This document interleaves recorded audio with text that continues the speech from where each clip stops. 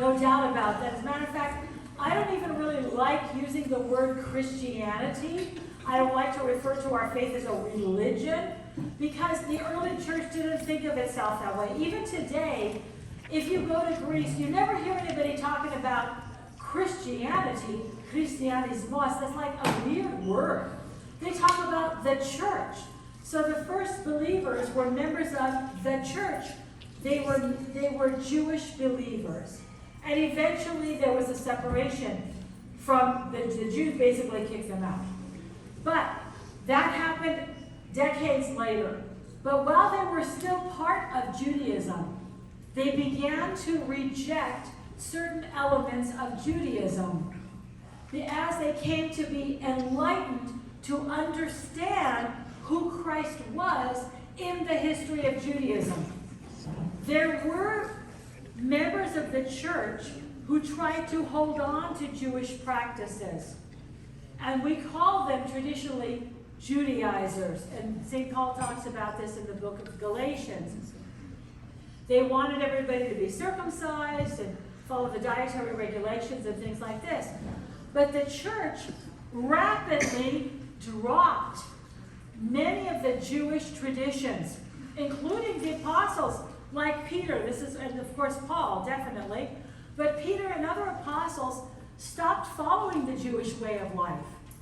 To return to it is heretical because Jesus Christ is the fulfillment of Judaism. To return to that and to think that you're becoming more of a Christian by following that is like a denial of what Christ accomplished on the cross, through his cross and resurrection. That's why that's a very dangerous trend. And there are some, they're not really Christians. There's a group of people today, they call themselves Christians. I met somebody he was one of my students. He sounded just like an evangelical, the way he talked about Christ. He says, I belong to oneness Christianity. Never heard of it. And guess what he was? A Sabellian. This is an early Christian heresy that taught they're against the Trinity. So he says, but he was totally sounded just like an evangelical Protestant. So he said, but the early church wasn't Trinitarian. So we're going back to the early church. And there's a few, I don't know, maybe tens of thousands of them. Oneness Christianity. They're Pentecostal. They're offshoot of the Pentecostals? Okay, so here's their argument. They are Pentecostals. Okay, so they're part of that. So maybe some of them are like this.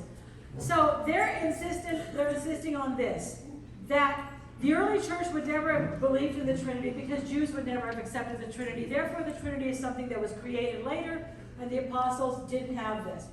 So, it was fascinating to me. Of course, the idea is that God, when we talk about Father, Son, and Holy Spirit, is just three personalities of God or three aspects of God. That in the Old Testament, he's the Father. In the New Testament, he presents himself as the Son. And today, he presents himself as the Holy Spirit. Three just different faces of God. That's a heresy, an early heresy called Sabellianism. And I said, you're a Sabellian. And he said, Sabellius was right. And I said, show me your bishops. Show me that was the teaching of the early church.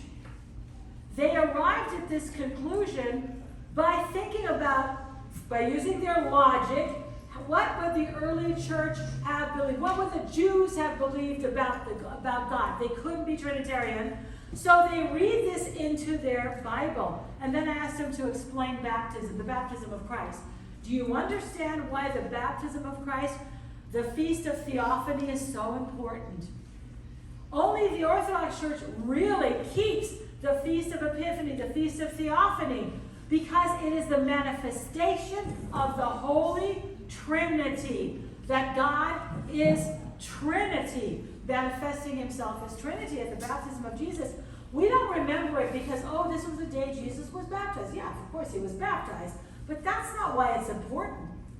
The Catholic Church hardly ever mentions the baptism of Christ or the Feast of Epiphany, and I think they have it like the closest Sunday or something like this. But I want you to recognize how dangerous it is to think that you can recreate the early church by deciding for yourself what early Christians believed, if you don't have the phronema of the church. So this is a real dangerous trend, but it's a growing trend. So, when the church began, we talked about this. What did the apostles teach? What they received from the Lord. There were no writings, and of course what they received from the Lord is apostolic tradition. Now, we know that there were different little traditions in some local areas, but by and large, all Christians believed the same thing and lived in the same manner. Now, today, it's not popular to say that. By the way, when I was writing my dissertation, I talked about orthodoxy and heresy. Orthodoxy with a small o, heresy. And my dissertation director said, we don't use the word heresy anymore. So he was a Catholic priest. We don't talk about heresy. There were different forms of Christianities. And at the university where I teach, it's a Catholic university, they changed the title of my course from early Christianity to early Christianities in the plural. I didn't like that. Of course, nobody asked my opinion. And since I'm a lowly adjunct, nobody asked, so I didn't say anything. And they made a decision in their department, all kinds of things. So we can't talk about, I talk about it anyhow. I tell the students the first day of class why this course should be early Christianity. There was orthodoxy and there was heresy.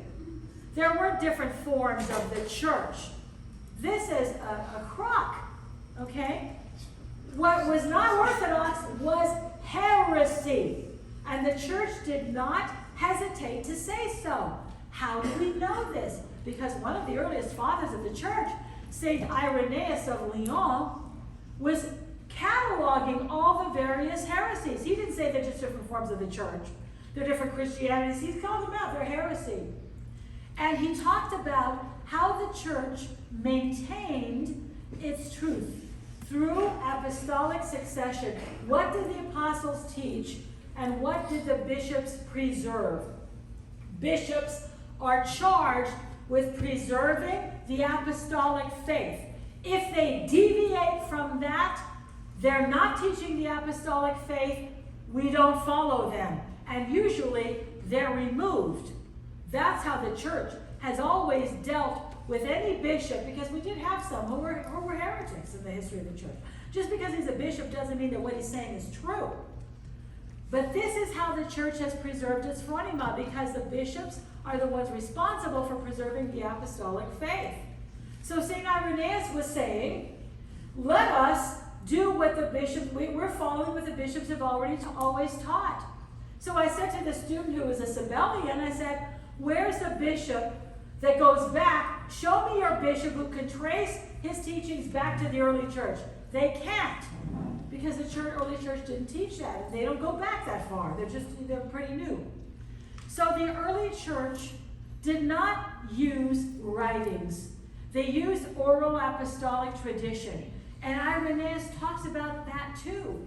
He says, if you go to other places of Gaul, or what is today Germany, if you go to these places where they don't even have an alphabet, so they had no Bible, they had no writings at all, and yet they were Christians. If you go to one of those places and try to teach them something different, they'll run you out of town.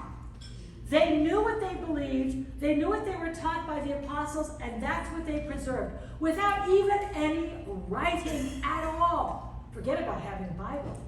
That's the phronema of the early church. This is what they were taught. So, St. Paul talks about this. St. Paul talks about the consistency of apostolic teaching. It isn't that Philip taught this, and Nathaniel taught that, and, Matthew taught this, and Judas, the, son of James, taught that. They all taught the same thing. That's the apostolic teaching and tradition. They learned the same thing from the Lord, and they taught the same thing. There were different forms, different opinions, their interpretation of Jesus. This is not what they taught. There was one faith, one Lord, one baptism. And St. Paul talks about this. It's very important. One of the most important witnesses of St. Paul is at the end of 1 Corinthians in chapter 15, when he talks about the resurrection. There were some Corinthians who thought, well, you know, maybe Jesus rose, but we're not going to rise. That's impossible. Because when your body deteriorates, it dissolves. When it decays, all of the elements that compose your body go back to their natural state. This is Greek science of the time. So the resurrection, they decided the resurrection is impossible, so they didn't believe it. The resurrection of us, not the resurrection of Christ. So St. Paul addresses this in the last chapter, chapter 15 of 1 Corinthians, almost the last chapter. So he says this, what I convey to you, I taught you as of first importance. The most important thing is what I taught you. I taught you this, what I also received. So he's saying that when he became a Christian, this is what he received. What I taught you is what I also received. So he's talking about tradition. I traditioned to you, I handed on to you what I also received. And that's the word he uses in Greek. That, and then he lists what the early tradition of the church was, which, thank God for those very difficult Corinthians, because we know many things about the early church because they misbehaved, okay? We learn about their worship from 1 Corinthians, and we learn about how they were catechized, at least about the resurrection, in 1 Corinthians. And he takes that opportunity to remind them of what he taught them. That Jesus Christ was crucified, that he was raised on the third day according to the scriptures. He makes a whole list that he appeared first to James and to Cephas and to all the apostles and to the 500. He makes a list. And then he puts himself on the list of people that Christ appeared to.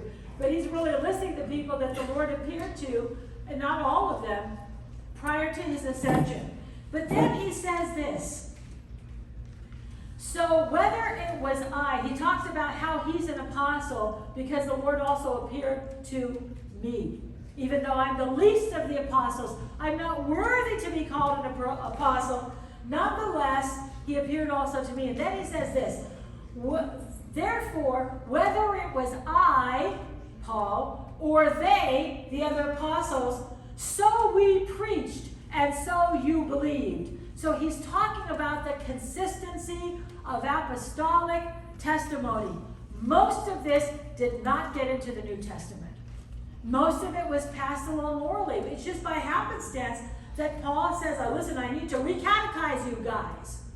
I need to remind you of what I taught you. He says this to the Thessalonians also.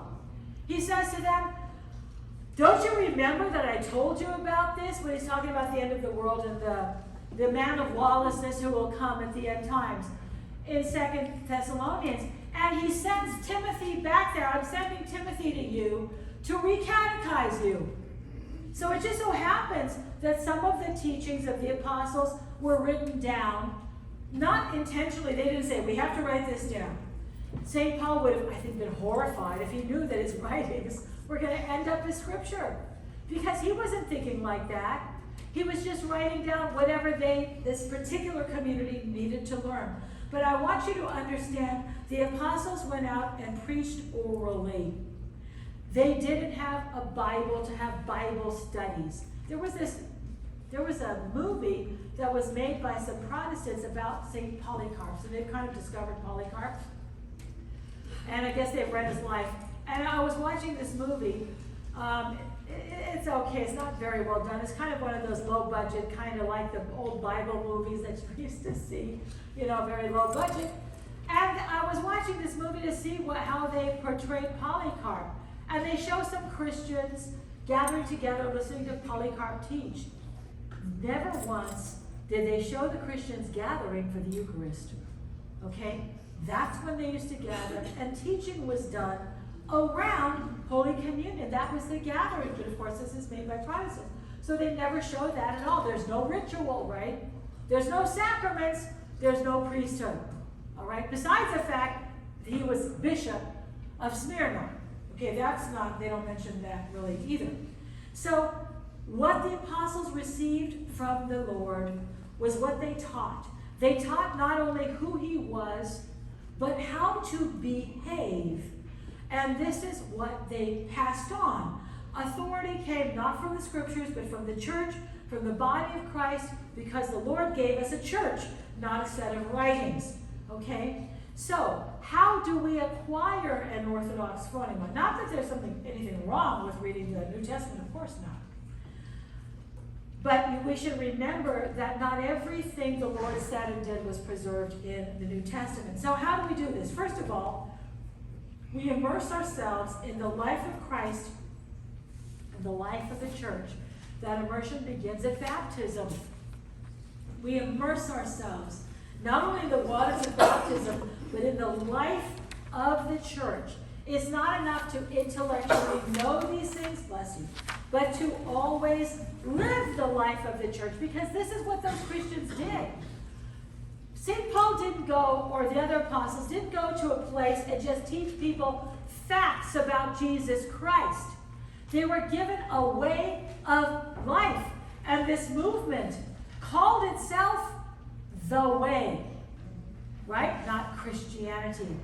They were members of the Way. It was a way of life that they absorbed, that they were taught. And it was a new orientation to a different way of thinking about God, if you were pagans, or about the way of life, about Jesus Christ, if you had been Jewish. So how do we reorient our minds? We attend church services. We pray the prayers. Follow along with the service book. Listen to the hymns, because they contain the teachings of the church. They form us. They shape our minds. Go to the Akathist. Go to the Paraklesis, the Vespers, the weekday liturgies, as much as possible. This is what shapes our mind.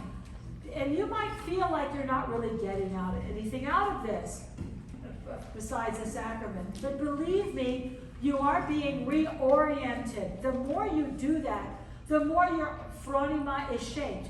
Just like we think somehow we're not influenced by the advertising that we see or the television shows that we watch. But we're very interested and we're very influenced by those things that take our attention. When they have our attention, we remember these things. We remember those old sayings from movies or television shows, or the little songs or those catchphrases, just like we remember those things if we come to church. We remember the things that we hear and do in the church, and it shapes us unconsciously.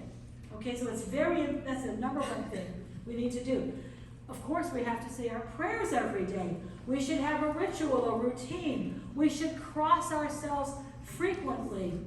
We should remember the Lord as often as possible. We should sanctify little moments throughout the day. Sometimes, and maybe it seems like it's trivializing Christ, but I don't think so.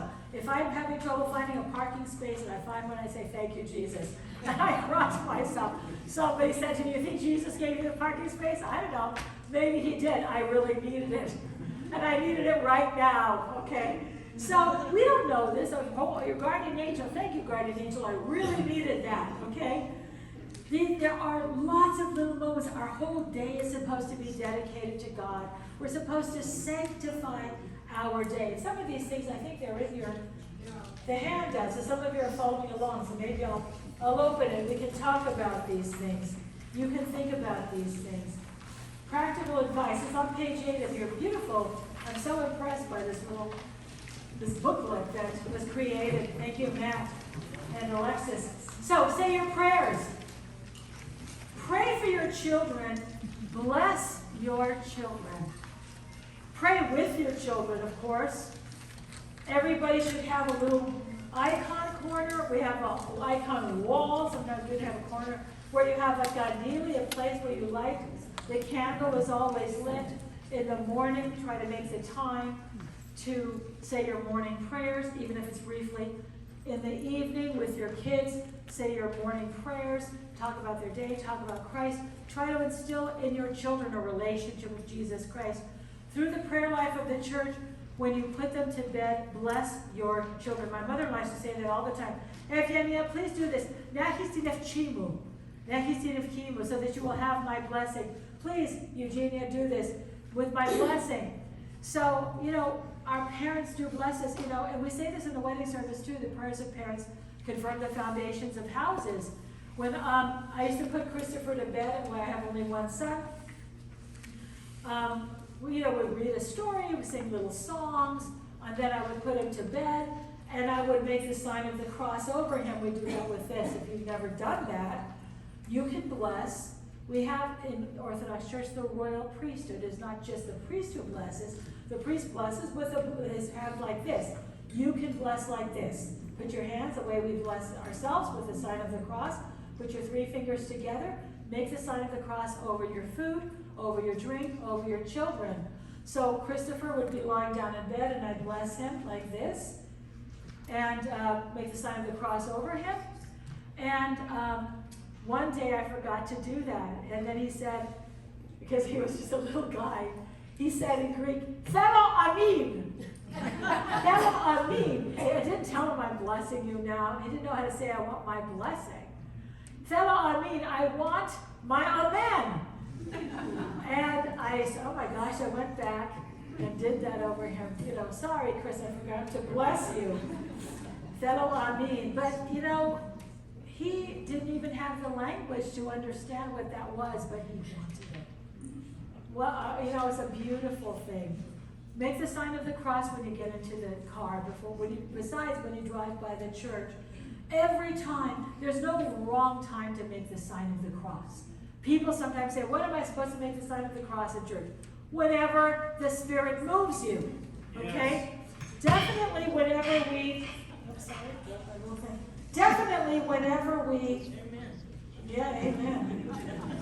Definitely whenever we hear the name of the Trinity, the name of the saint, the name of the Theotokos, when we say at the end of a blessing, when we receive a blessing, there are times when we're supposed to make the sign of the cross, but there's never a wrong time. So don't feel like you have to watch the little old ladies. There are fewer and fewer of them, We watch the little old ladies to know when we're supposed to stand up, when we're supposed to sit down. If you're not sure about that, you can ask Father, when we're supposed, about church etiquette.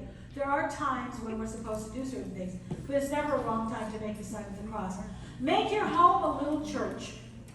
Establish an appropriate lifestyle, but you have to be very careful that your lifestyle also reflects your life.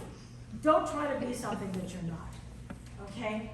I talk about that in Thinking Orthodox. Your season of life also. You know what? We have a season of life. There were times when I could hardly be inside church. Christopher was a toddler, so I had to be out in the narthex a lot.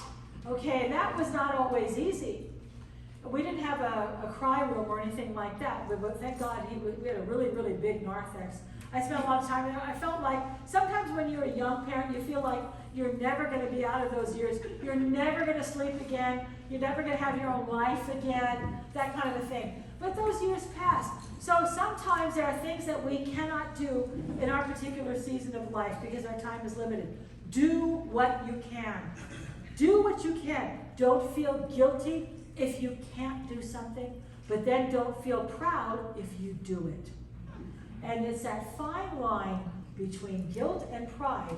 You're not supposed to be proud because you fasted well, but you're not supposed to feel guilty if for some reason you weren't able to.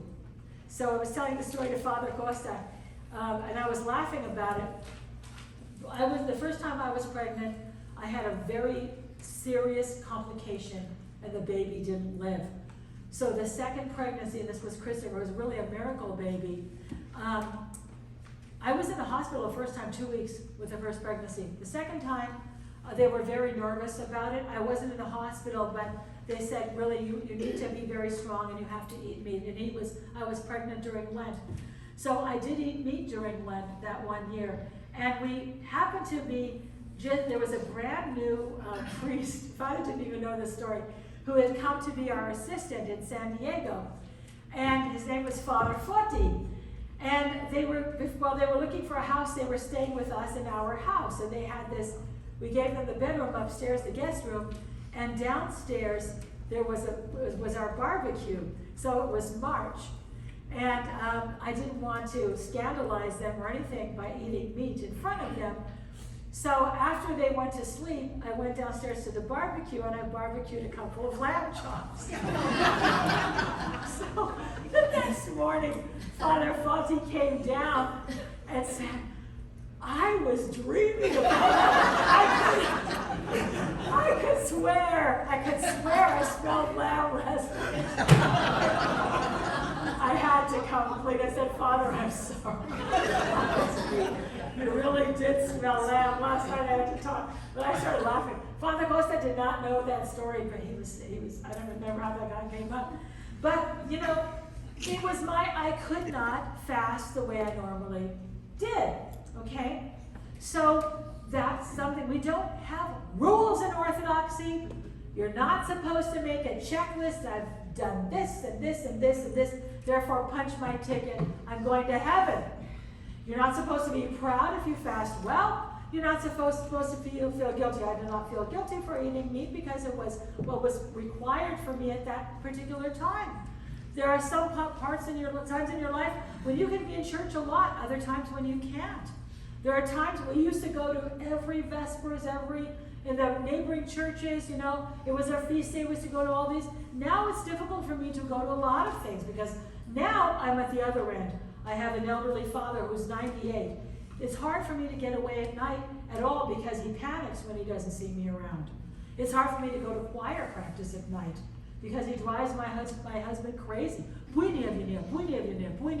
has dementia. He keeps asking, where's Eugenia? He's born in America, but because my husband speaks to him in Greek, he's speaking constantly Greek. So now I have to think twice about what I can do because I have to care about my father. So there are times in our life when certain things, I'm going to try to, maybe I'll clip it here where it won't fall down. When we can do certain things and not do other things, but we're not supposed to be proud of what we're able to do and not feel guilty for what we're not able to do. So that's a very tricky thing to navigate. And that's why we're not supposed to judge others. We're not supposed to be the fasting police. Even though we should set a good example for our children, and in our house we can totally control, women especially, what happens in the home. If we see or we know that others are not fasting, we're not supposed to comment about it because they may have a reason that we don't know. That's between them and God and them and their spiritual father. So when I say appropriate to your role, because the spirituality of the Orthodox Church is the spirituality of the monastery, we read monastic writings and we're influenced by them. That's a good thing, but we're not supposed to try to think or act like little monastics.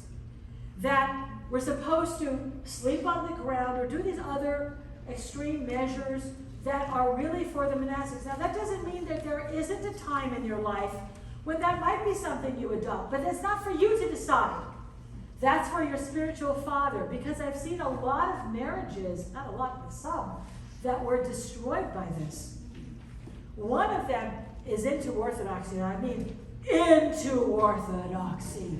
And they're reading these monastic writings, so they decide that they have to really fast and sleep on the floor, not in the marriage bed, okay? Or leave and become a monk or a nun. You are called to the Orthodox Church at this point in your life, in this place, as a married person, as a single person, whatever it is, you're supposed to conform to the church and not try to be something that you're not, okay? You're not supposed to feign to be a monastic and try to dress like a monastic if you're not. Okay, so look at me, look at how I'm dressed. Maybe not, maybe you don't approve, okay? But I'm not wearing a headscarf. I wasn't raised with this. I don't even wear one in church. That doesn't mean I'm not reverent, but just because I wear a headscarf, if I choose to wear one, doesn't mean that I am reverent. So let's be careful about judging. We have a bad habit of that as Orthodox Christians. So be careful, because that becomes a kind of idol. if we think we're supposed to be a certain way and act in a certain way, and that's not, if it's not natural to us, it's not part of our, I see this is not really working well over here. Okay, sorry about that. Sanctify your daily activities, crossing yourself, making the sign of the cross over objects, over what you eat and what you drink, etc. Read the scriptures and other spiritual works, such as especially the lives of the saints. But then again, don't think that you have to imitate the saint in that way. I read the life of St. Anthony. I'm going to go find a cave to live in. Okay? Because that's what he did. Okay, you know what? It's wonderful to have enthusiasm. I love that.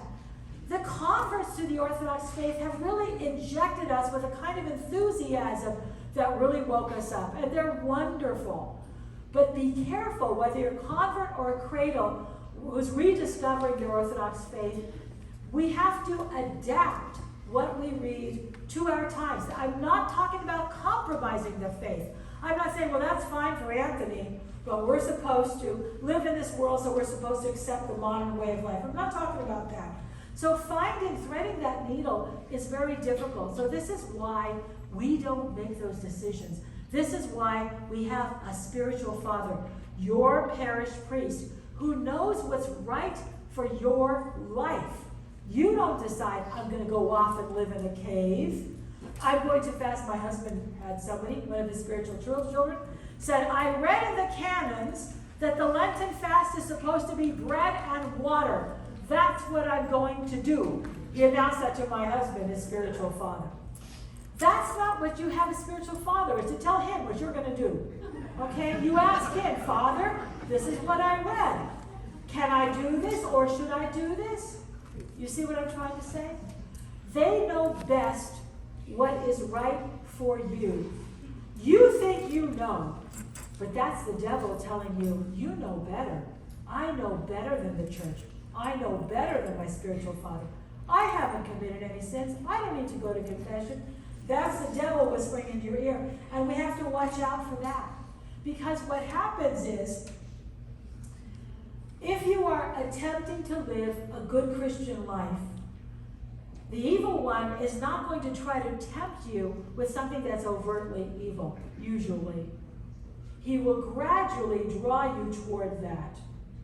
Or he will try to lead you astray by suggesting things to you that seem good. How can it be wrong to fast more strictly? In our first parish, we had a woman who was at church all the time. She practically lived at the church. Isn't that great that she's at the church? But you know what? She neglected her family. She had little kids, and her husband resented it.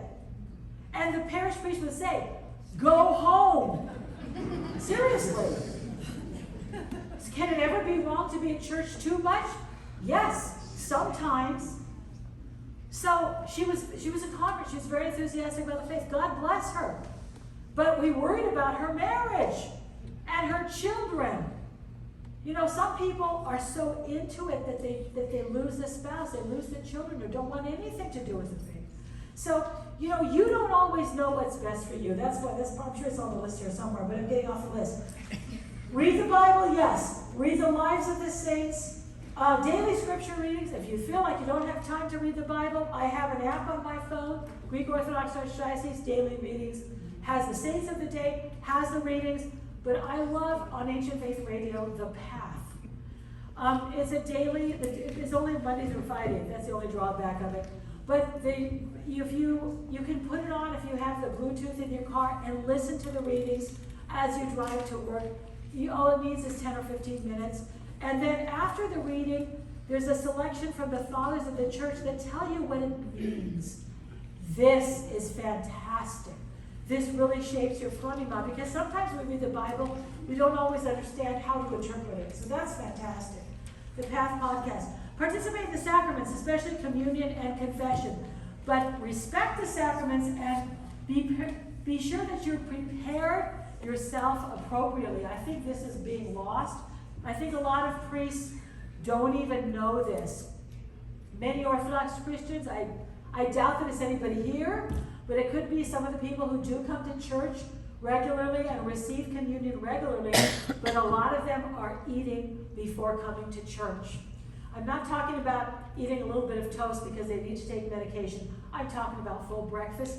I kind of know this is happening in the main Greek church in San Diego that I attend, but I think a lot of times the priests are oblivious. We've forgotten to tell our people some of the basic things we think they know.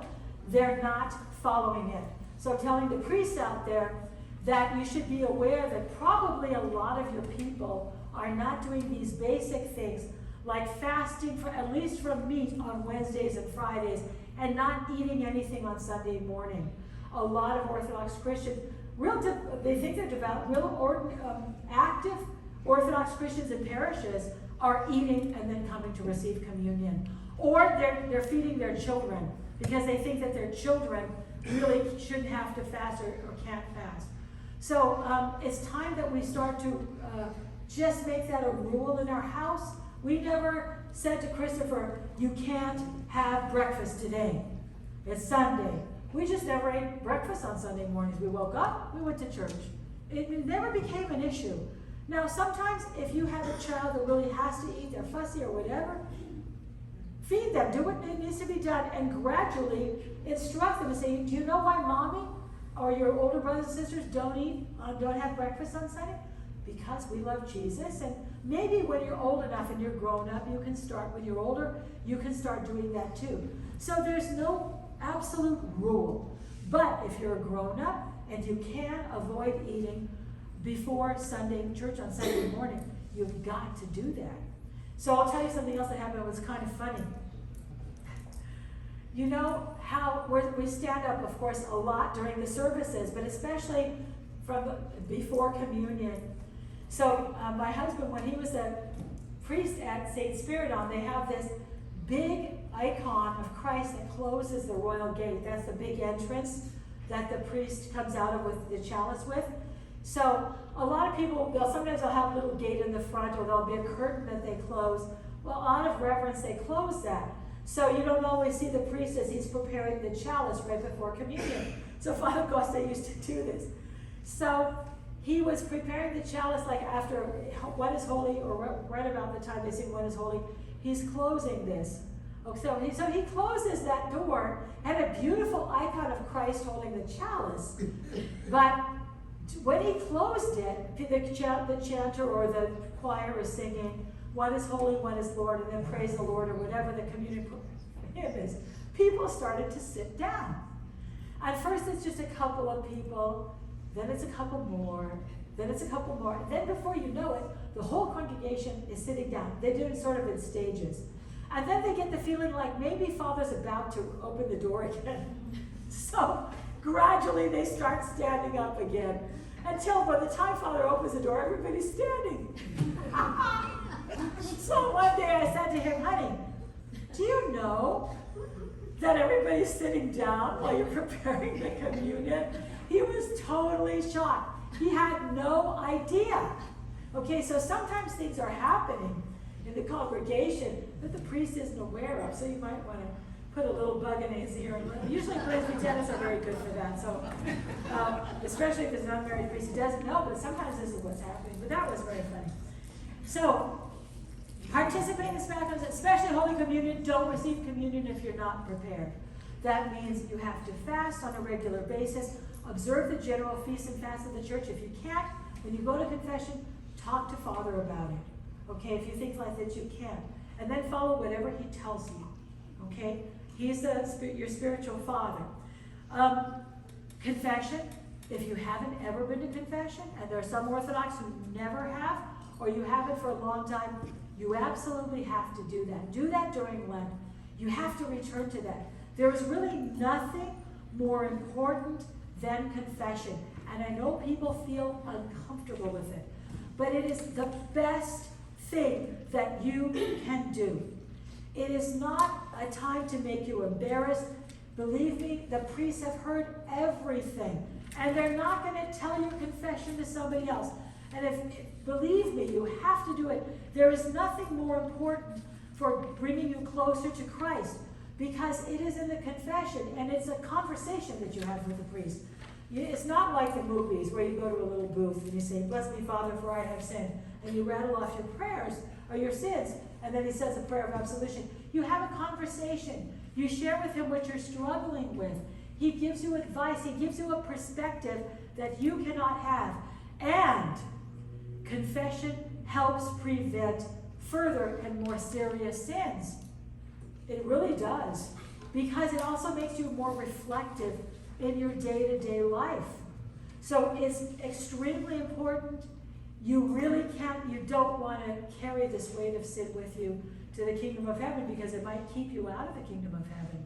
So God gave us the sacrament of confession. And it is something that was done in the early church. We know that for sure. And it was done publicly.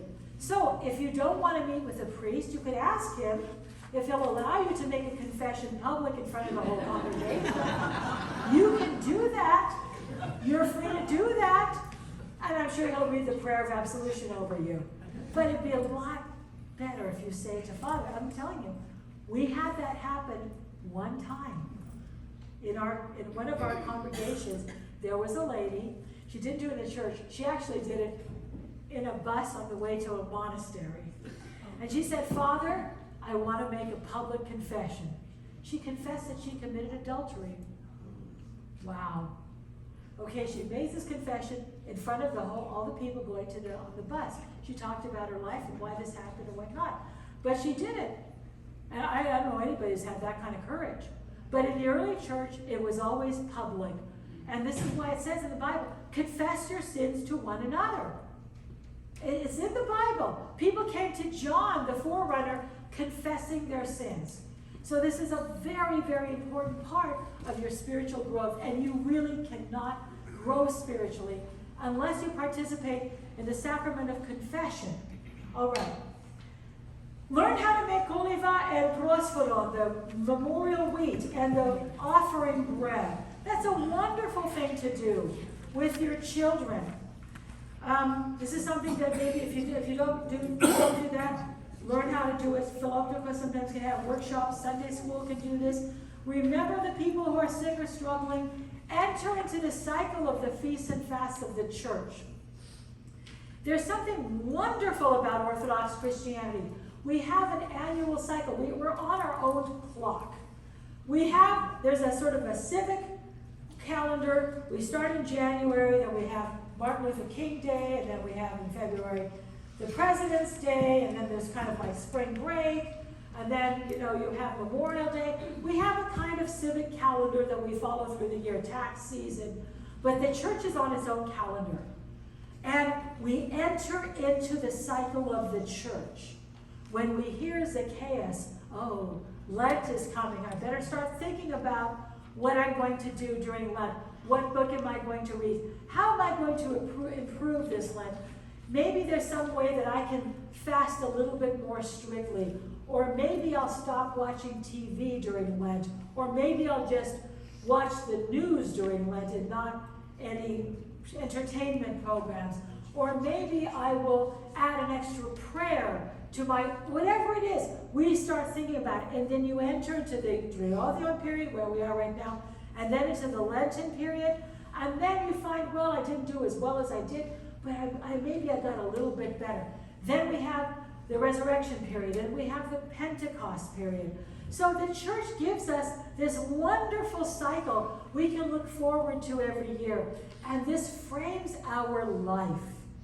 Enter into that. So you have your calendar, your secular calendar, but in your mind, you should always be living within another calendar. That's the calendar that the church gives us. Cultivate virtue and do good works. Yes, this contributes to our phronima. Give generously. Give. Volunteer. Do it with a spirit of humility, with love, not out of a sense of obligation or with the expectation of reward or recognition. Don't get your nose out of joint because somebody forgot to thank you, because your name was not listed on the list of donors. Then, you know what St. Paisios said? You don't benefit from it at all. If we do something expecting a reward, Jesus said that too, of course. Give so that your right hand doesn't know what your left hand is doing, right? So that, or your left hand doesn't know what your right hand is doing. I don't remember what the order is, but you know, you get the idea. When we do something in order to get recognition, then we're not going to be rewarded in the kingdom of heaven. That's what the Lord said. This is what the Pharisees do. They will have their reward. What's their reward? People say, wow, you're so spiritual. You're such a good Pharisee. That's their reward. But we want to do things quietly. Now, we can't always do that, but we don't do it to be seen. But we also have to be careful that even if we say, even if we're not seen, we don't think to ourselves, I'm going to get my reward because I wasn't seen, okay? That is feeding into our pride. We have to do these things not out of a sense of obligation, but out of a sense of love. But virtue and good deeds shape our phronema, they really do. Practice fasting and learn self-denial. That's why we have fasting. To be obedient to God, not to follow our own desires automatically. And there are other kinds of fasting. We kind of mentioned this. Learn about your faith. Don't be overly curious. Don't seek to understand things that cannot be understood. Don't seek definitions and explanations for everything. Understand the limitations. We've talked about this. Have a spiritual father and get spiritual direction. We don't rely on ourselves because we're bound to lose our way if we do this, okay? Your parish priest is the best person for that. So, what to avoid? Let's do that real quick because I know we've been sitting for a long time. What to avoid? Avoid extremism and legalism. This leads to spiritual delusion, pride, self-righteousness, and judging others. This is page 10. Unfortunately, a lot of people, not just converts, but cradle-born Orthodox, who kind of discover what Orthodoxy is all about, dive into this legalism. They're going to read the canons of the church, and by golly, if it's in the canons, that's what they're going to do. This was this guy that was my husband's spiritual son. That's what the canons say to do. So that's what I'm going to do. Kind of legalism and extremism, and this is really spiritual delusion. You believe that you're a better Orthodox Christian because you're doing these things to the nth degree. There's no reward for that. You're not a better Orthodox Christian because you do these things. As a matter of fact, you're showing that you don't have the phronema of the church. If you think that this is what the church is all about, because it leads to self-righteousness, because in your mind you automatically condemn the people who are not doing this. And this is the hallmark of a lot of the schismatic Orthodox. Okay, I'm sorry to say it, but it's true. Okay? Our priest wears a cassock everywhere. Therefore, he's better than your priest. We cover our heads in church. Therefore, we're more pious than you. On March 25th, we don't celebrate Greek Independence Day. That's the day of the Annunciation. Had somebody say that to me. Okay, so because we're a Greek parish, we remember the Greek independence. There's nothing wrong with that. We didn't say, well, we're not going to remember the Annunciation. We're just going to remember Greek independence. But they had this attitude that they're more pious than we are. Okay? Because of that, well, guess what? You're not pious. If you believe that, you're more pious. So some people, I've seen a lot of this, want to show that they're humble, so they stand like this. And because they talk about the saints who always had, they read about the saints who had downcast eyes. So they have this appearance of humility. That's totally contrived. It's fake. If you're truly humble, you'll act in a humble manner.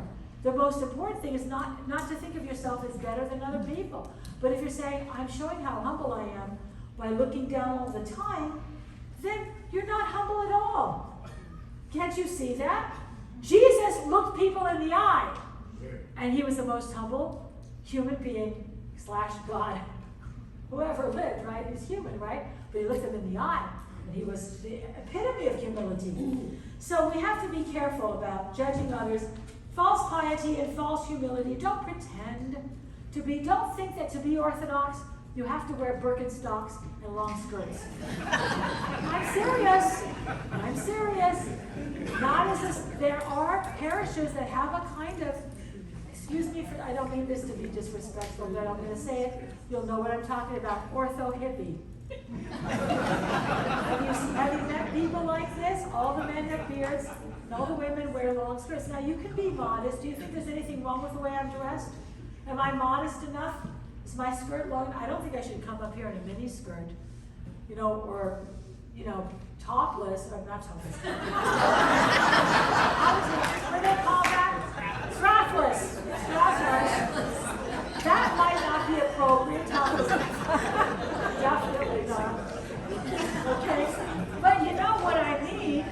You can be modest without being, you don't have to conform to some ideal. Now, if your conscience tells you to dress like that, or if your spiritual father tells you to dress like that, have your skirts down to your ankles, cover up even your arms. If this is what your conscience tells you to do it. But don't judge others who are not doing that. This is what we have to be careful about, okay? So we're not supposed to compare ourselves to others. Don't give spiritual advice to others. Don't tell somebody else what your spiritual father told you, because that advice is for you. He might give other advice, different advice to somebody else. So this is why we're not supposed to talk about also what we said in confession. The priest does not talk about your confession to other people. You're not supposed to talk about your sins and your confession to other people, because you know what? People say, can you keep a secret? Yes, well, I told Father this and such. That person that you just said, can you keep a secret to? They're not going to keep the secret, okay? And then somebody finds out about what you did, or they find out in some other way, and then you think the priest told everybody, I'm never going to go to confession again. But this is true.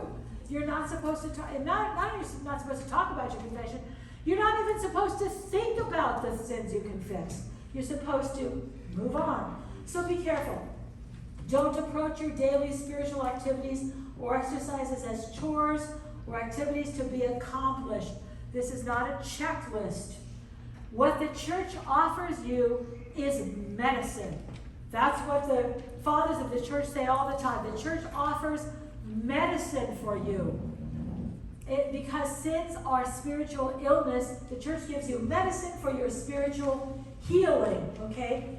And there's a whole list of things to avoid in the book, which you can look at. But the last thing I want to say is, don't be impatient. You're a child in the faith. All of us are, okay? Especially if you're new to the faith, or you were cradle Orthodox but never really understood things. Don't expect to develop a phronema overnight. It's going to take a long time. I'm not a convert, but I was told that it takes 20 years of life in the church before it really feels like you own it, like it's instinctive, okay? Be quiet, be humble, be observant, watch what other people do, learn. But this process of growth is not something that happens quickly. And by the way, you never completely achieve it, or unless you become a saint. That's what the saints are.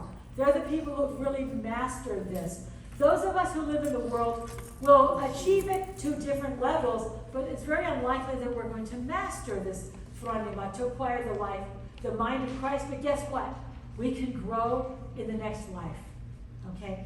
So, I'm sorry, I don't know if I spoke too long. And I don't remember what time I started. It might have been too long. Why don't we do this? How long did I speak? Was it an hour? Okay, so here's what we're going to do. Let's take a quick break of 5 minutes. I'm going to come back and answer questions. If you need to leave, feel free to leave. I understand that there's a pile of questions for me. I'm a little afraid of them. But we'll see what they are. I'll do my best. And so you can get up and stretch. I'm going to call you back very quickly, and we'll have our questions. Anonymous questions, those are the best kind.